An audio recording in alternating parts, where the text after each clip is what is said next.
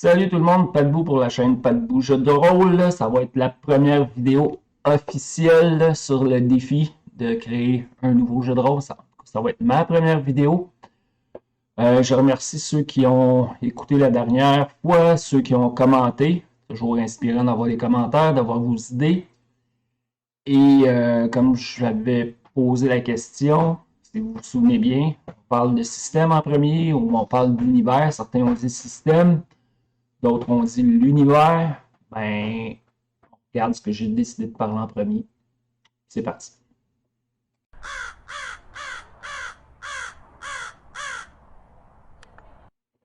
Donc, système ou univers en premier? C'était pas facile de choisir, de décider vers où je m'enlignais, mais finalement, j'ai décidé de vous parler de mon système de jeu en premier. Je vais aller dans cette direction-là parce que c'est à peu près là que je vais être capable d'investir le plus de temps pour le moment. Les fêtes s'en viennent, Noël s'en vient, donc ça va être courir les cadeaux. En tout cas, je vais être occupé un peu plus comme à peu près tout le monde. Et les vacances de Noël, ben, approchent. Et c'est pendant ces vacances-là que je vais avoir plus le temps de m'attarder sur l'univers comme tel.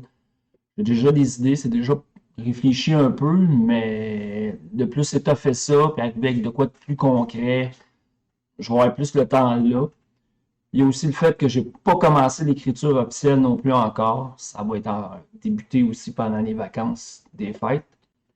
Là, c'est surtout des notes que je prends. Le système, j'ai une bonne idée d'où je m'en vais. Puis c'est de ça que je voulais vous parler aujourd'hui. Euh, Petite note à prendre en compte, je connais pas tous les jeux de rôle qui existent. J'en connais pas mal, mais je les connais pas tous. Je les ai pas tous lus, je les ai pas tous joués. Si vous, à l'écoute de ma vidéo, je vais vous montrer mes notes plus tard, si vous, par hasard, vous dites, hey, ça c'est exactement comme tel jeu, ben faites-le moi savoir, laissez-moi un commentaire que j'aille voir ça, que, comme j'ai dit, c'est difficile d'être complètement original. Puis je veux pas que ce soit nécessairement copié, collé d'un autre jeu, c'est pas ça le but. C'est d'apporter certaines touches. Donc, si jamais vous dites, hey, c'est exactement ce jeu-là, ben go, n'hésitez pas, commentaire en bas, que je regarde ça au plus vite. Fait que sans plus tarder, je vais vous présenter mes notes. On regarde ça, je vais vous expliquer le système, comment ça va fonctionner. Puis vous me direz ce que vous en pensez pour avoir écouté ça. OK, système de jeu. Je vous présente mes notes, je vous dis ce qu'il y en est. Et vous me direz ce que vous en pensez. Il faut se rappeler que c'est un travail qui va peut-être changer avec le temps, qu'il y a des choses qui vont se modifier. Pour l'instant, ce que je vais vous présenter, il n'y a aucun univers de plaqué là-dessus. Fait que c'est possible que oui, ça change, que des règles soient modifiées légèrement, que d'autres arrivent. On va voir ça au fur et à mesure que tout ça va cogiter dans ma tête. Maintenant, système de jeu, quand je prends le temps d'analyser, de penser, de réfléchir à des systèmes de jeu, je me suis rendu compte qu'il y a trois types, trois genres de systèmes. En tout cas, que moi je vois, il y en a peut-être d'autres, là, il y en a sûrement auxquels que je pense pas. Puis ça, c'est des systèmes avec des dés. Système de résolution avec des dés, bien entendu. Le premier, c'est le système à niveau de difficulté. En anglais, on dirait Target Number, la Donjon et Dragon. Vous lancez un dé, vous ajoutez vos compétences, vos attributs, des bonus, des malus, puis tout ça à la fin, ben, il faut que ce soit au-dessus du target number de la difficulté ou en dessous selon le jeu. Ça, c'est un type. Ensuite, on a les types de systèmes à succès qui peuvent, genre Vampire la Mascarade, Ubiquity, système de Shadowrun.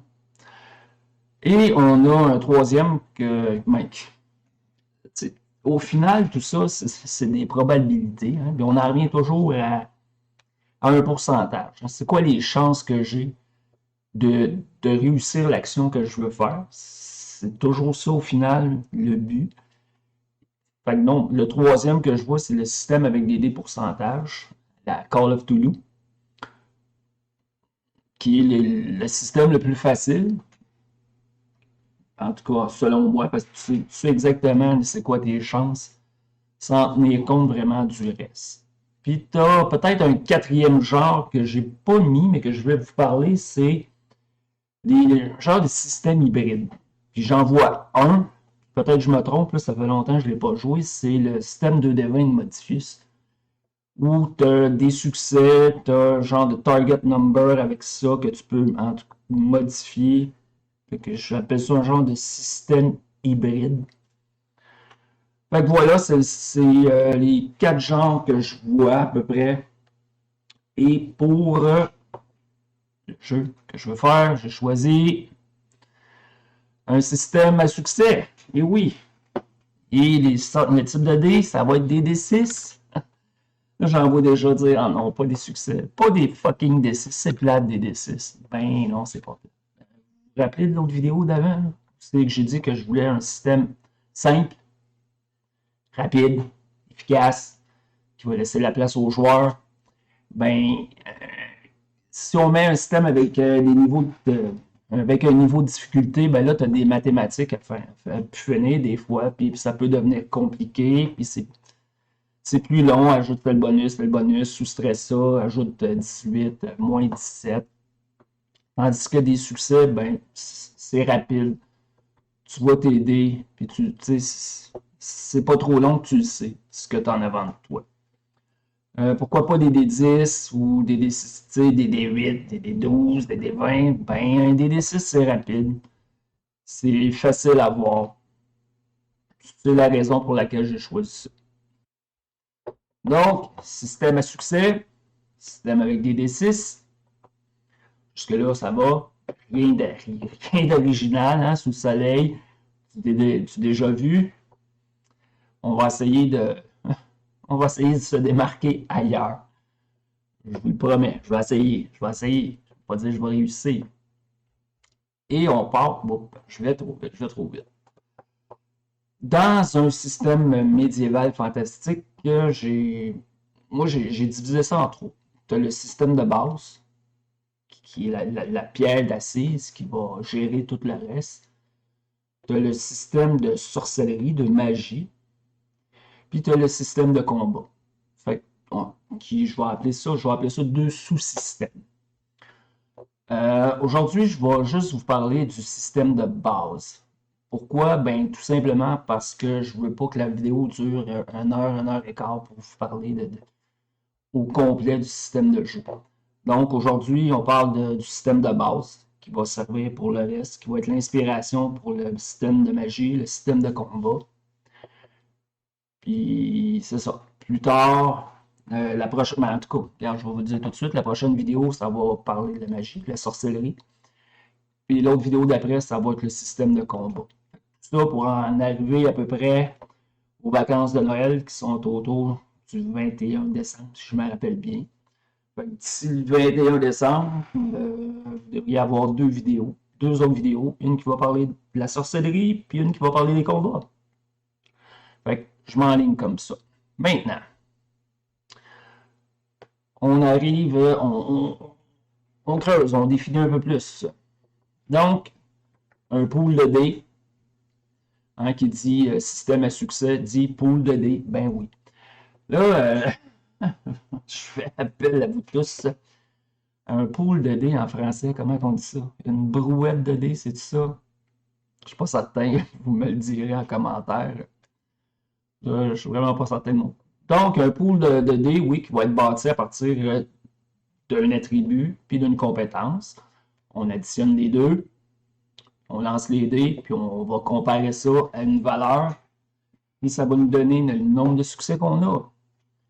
Il n'y aura pas, il n'y aura pas aucun attribut attaché à nécessairement une compétence. Ça va être le mix va être fait selon ce qu'on veut faire. Si on se bat, ben ça va probablement être genre agilité plus ta compétence de combat ou force plus ta compétence de combat qui va donner ton pool de dés. Si tu veux marchander une épée, ben là, ça va peut-être être ton intelligence plus ton, ta compétence de combat. Parce que c'est une bonne arme, c'est pas une bonne arme. Vous voyez le genre, encore là, rien de nouveau sous le soleil. Où ce que peut-être ça va être un peu différent, c'est de la manière que le maître de jeu va noter ses difficultés. Ici, comme vous pouvez voir, ça va être noté X 2.Y, ou exemple, comme je donne 4,2. Où X, c'est le minimum à obtenir avec le dé pour que le dé soit un succès. Ça veut dire que si X est 4, ben ça te prend des 4 et plus pour que ce soit compté comme un succès sur le jet de dé. Puis ça, je vais appeler ça la difficulté primaire. Y, le 2, dans l'exemple, c'est le nombre de succès que tu dois avoir pour que la réussite soit complète. Comme ici, on a 4-2, mais le 2, ça te prend 2 succès pour une réussite complète. Si tu as juste un succès, ben ça va être une réussite partielle. Ça veut dire que tu vas avoir réussi, mais il va y avoir une conséquence à ça. Voilà. Puis Y ne pourra jamais être plus petit que 2. 2 va toujours être le minimum de succès à obtenir pour avoir une réussite complète. Ça peut être 3, ça pourrait être 4, 5, 6, 7, 8, 9, 10. Il n'y a pas de limite. Oui, à un moment donné, c'est toujours en fonction de la difficulté de ce qu'on veut faire. Et Y-1 va toujours être comment je dirais ça, la difficulté, le nombre de succès à avoir pour une réussite partielle. C'est-à-dire que si j'ai, exemple, ma difficulté c'est 5, 2.5, ben, ça veut dire que ça me prend 5 et plus sur les dés pour que ça soit calculé comme un succès. Et le 5, ben, ça veut dire que ça me prend 5 succès aussi pour avoir une réussite complète. Si j'ai 4 succès, ben, j'ai une réussite partielle. J'espère que c'est clair pour l'instant. Si vous ne comprenez pas trop, petit commentaire, puis je vais essayer de l'expliquer un peu mieux dans la prochaine vidéo. Comme j'ai dit, le maître de jeu ne lancera pas de dés, donc il n'y aura pas de test en opposition comme on peut voir dans certains jeux. C'est la difficulté qui va être modulée par le maître de jeu. Je vous donne un exemple. On a un voleur qui essaie de sneaker, de passer sans qu'un des gardes de la porte qui garde la grande porte d'entrée le voit. Fait que le maître de jeu peut dire, ben, ça va être un jeu de discrétion, ça va être ton agilité plus ta compétence de discrétion.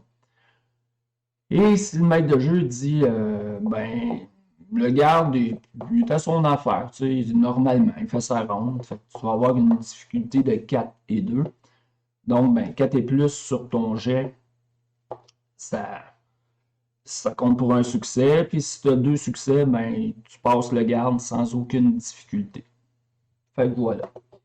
Ici, le garde, ben, c'est la difficulté primaire. Ça veut dire qu'ici, tout seul, on va jouer avec lui.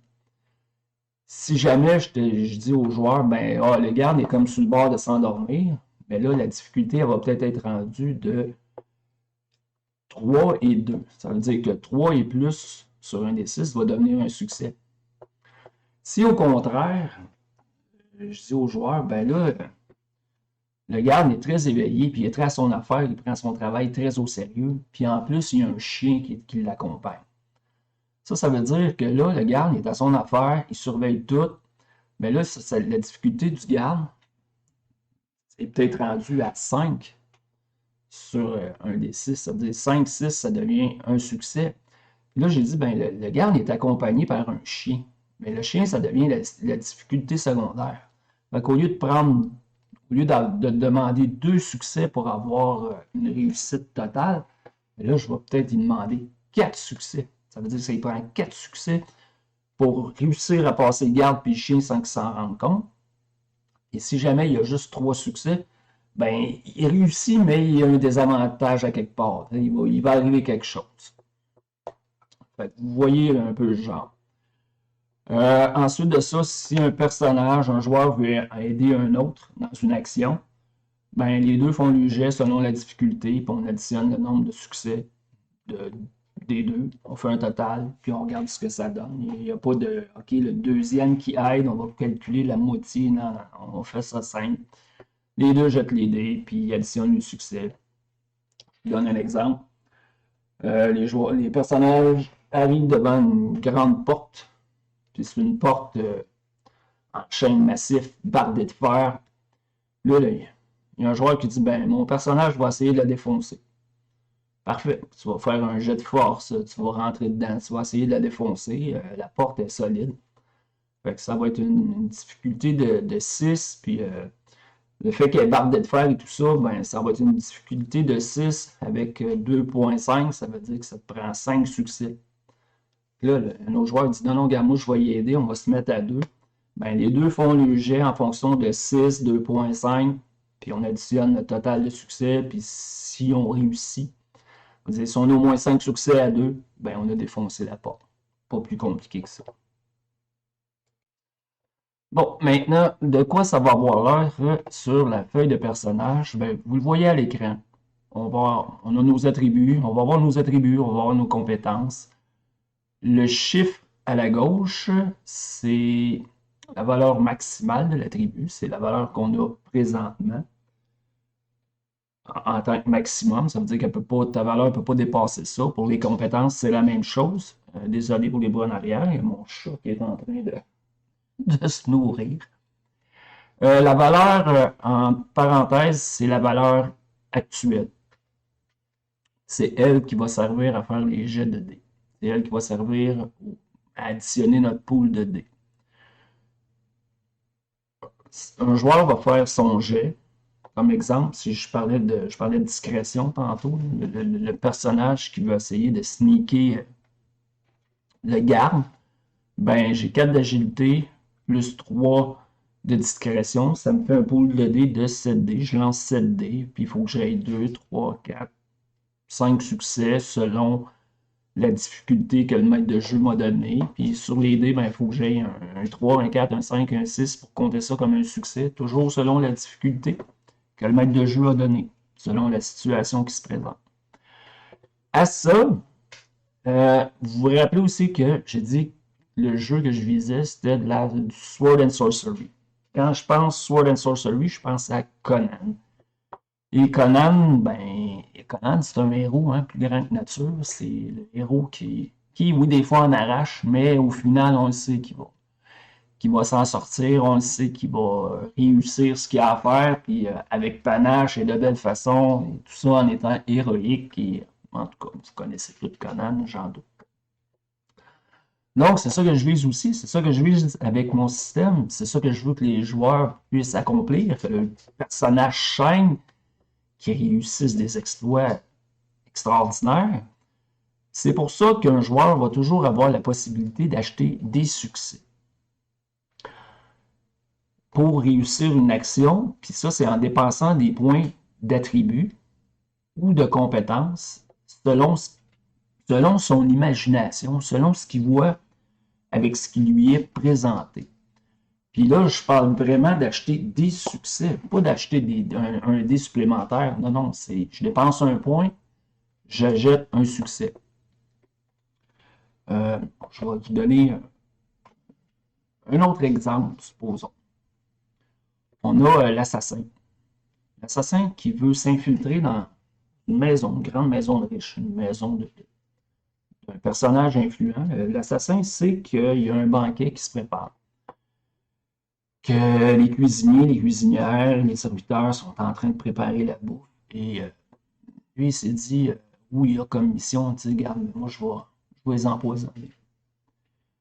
Avec le maître de jeu dit c'est bon, il dit c'est quoi tu veux faire? Ben, je vais essayer de m'infiltrer à l'intérieur, déverser mon poison dans le chaudron de soupe, puis de repartir. Ok, parfait. Fait que le maître de jeu lui dit ben, il y a quand même pas mal de monde qui travaille, il y a beaucoup de cuisiniers, cuisinières, des serviteurs qui se promènent, amènent ce qu'il faut comme nourriture pour la préparation. Fait que il dit que ben, ça va être une difficulté de 5, puis je vais te demander à ça 4 succès. Donc, 5, 6 sur le dé, ça compte pour un succès, puis ça prend 4 succès pour une réussite complète. Ça veut dire que l'assassin a réussi à rentrer, 5 personnes le voient, 5 personnes s'en rendent compte, il a vidé sa fiole de poison, puis il est reparti. Fait que le personnage décrit ce qu'il veut faire, le joueur lance les dés, et il se ramasse avec 3 succès. Fait que là, le maître de jeu lui dit, bah, t'as réussi, t'es rendu, il n'y a pas personne qui t'a entendu, t'entends le bruit des serviteurs qui sont pas trop loin, t'es pas trop sûr s'ils s'approchent, mais probablement en tendant l'oreille, ou tu n'as pas vu la table avec le vase qui était sur le côté. Tu as accroché la table, le vase est tombé, c'est cassé, mais il n'a pas fait assez de bruit pour nécessairement alerter ce qui se passait de l'autre côté de la porte. Fait, tu déverses ton poison, puis le joueur dit non, non, non, non, non. C'est pas comme ça que ça s'est passé. C'est oui, j'ai accroché la table, j'ai vu le vase qui lève, qui fait un tour sur lui-même, qui s'apprête à tomber, mais moi, je suis agile, hein, fait que d'un coup de main, je me tire, je l'attrape juste avant qu'il touche le sol. J'ai dépensé un point d'agilité pour pas que ça arrive, pour avoir un succès. Fait que là, le joueur qui avait 3 succès vient de tomber à 4 succès, parce qu'il vient d'acheter un succès avec son agilité. Il dit donc j'ai une réussite complète, il n'y a jamais personne qui m'a vu, qui m'a entendu, j'ai vidé le poison, puis je suis reparti. Bravo, tu as réussi. Sauf que son agilité, lui, il vient d'acheter un succès. Fait que, comme maximum, il y aurait 4. Et comme valeur actuelle, il serait rendu à 3. Ça veut dire que maintenant, à partir de là, tous les jets qu'il va faire qui vont se servir de l'agilité, mais c'est pas 4D qu'il va prendre pour faire son pool, c'est 3. Puis lui, il peut dépenser des points comme ça tant qu'il y en a, puis il n'est pas obligé de prendre tant qu'il est capable de justifier en roleplay puis en idée quelle compétence ou quel attribut dans laquelle il veut dépenser un point, mais il n'y a pas de trouble. En tant que maître de jeu, c'est laisser-les faire, laissez-les être créatifs, laissez-les servir de ce qu'ils ont. Puis tout ça pour que oui, les personnages chaînent. La seule chose, c'est que ces points-là, un joueur peut se rendre jusqu'à 0. Mais si en dépensant un point pour réussir une action, tu te rends à 0, ben ton personnage vient de tomber d'un pente. Le personnage perd connaissance parce qu'il a réussi ce qu'il avait à faire, mais il vient de tomber épuisé et il s'écroule au sol. Ces points-là, ben, ils vont être récupérés après un certain temps de repos. Là, ça reste à déterminer. Ça reste à. Puis combien de points pour combien de temps de repos. Ça, c'est un détail que je vais voir un peu plus tard, là, peut-être quand ce sera le temps de playtester tout ça, là, pour arriver avec des chiffres définitifs. S'il y en a qui se demandent, bon, discrétion, ça va-tu être une compétence, agilité, volonté, ça va-tu être des attributs, je ne sais pas encore. Ça, c'est pas défini encore. Là, c'était vraiment la base, mais la base simplifiée du système. Combien il va avoir d'attributs, combien de compétences, je ne sais pas. Je veux attendre de voir l'univers un peu plus où je vais m'en aller avec ça avant de définir tout ça. Mais je voulais vous présenter la base. Fait que ce que vous voyez là, c'est le système de base. je répète base souvent, là, mais c'est ça. C'est pas plus compliqué que ça, c'est ce que ça va donner. La sorcellerie va être bâtie à partir de ça. Puis les combats aussi vont être bâtis à partir de ça, tout en gardant en tête que le maître de jeu lance pas de dés, qu'il faut que ce soit simple, facile, et que ça donne une chance aux joueurs de shiner, aux personnages de shiner, puis aux joueurs de mettre en place les idées les plus folles, qui puissent se laisser aller. En tout cas, j'espère que je vais réussir. Dites-moi ce que vous pensez de ce que vous avez vu à date. Je vais arrêter ça là pour aujourd'hui. Prochaine vidéo, comme j'ai dit, on parle de sorcellerie, de magie. Ça devrait arriver la semaine prochaine ou dans 2 semaines. Et la dernière vidéo sur les combats qui, elle, devrait être peut-être un peu plus longue, là, on va avoir plus de détails à donner, ben ça va être l'autre vidéo d'après. Merci tout le monde de m'avoir écouté. Comme j'ai dit, commentaire en bas, lâchez-vous lousse, donnez-moi ce que vous en pensez. Si c'est quelque chose que vous avez déjà vu, puis vous dites, hey, c'est tout du remarché, gênez-vous pas, ça ne me dérange pas. Je vous le présente pour justement savoir ce que vous en pensez. Merci tout le monde, à la prochaine. Ciao.